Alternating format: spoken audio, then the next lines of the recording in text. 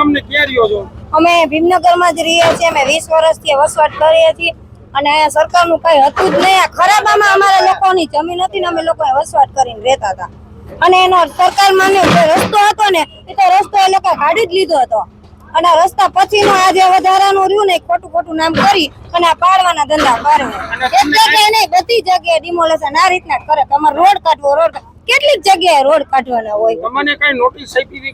Notice આપી છે પણ અમે એમ કહેવા માંગતો તમારું જાતું હોય તો અમને એનો કઈક ફંડ તો આપવું પડે ને। એ તો કઈ આપતા નથી। રોડ કે એટલે કે રોડમાં જાતું એનું કઈ નહીં આવે। આ રીતે ચારે બાજુ રસ્તા કાઢ્યા છે, ચારે બાજુ તો કઈ રસ્તા ન નીકળે ને એ લોકોના। અને કાઢવા હોય તો અમારા ગરીબ માણસને અમને અમારી ઝૂંપડી લીધી છે ને તો અમને અમારું આપવું જોઈએ। હમણાં જ અમે 5 લાખનો ખર્ચો કર્યો છે। તમારે રહેવા માટે કેવી રીતે હતી જમીન? અમે એવી રીતના વારી પણ અમે પૈસા ભરીને લીધી અને પેલા અમારી પાસેથી વેરાઈ લીધા છે। આ તો સરકારે આની મારી જમીનમાં ગઈ છે ને નજર એટલે અમારા વેરા બંધ કરાવ્યા છે।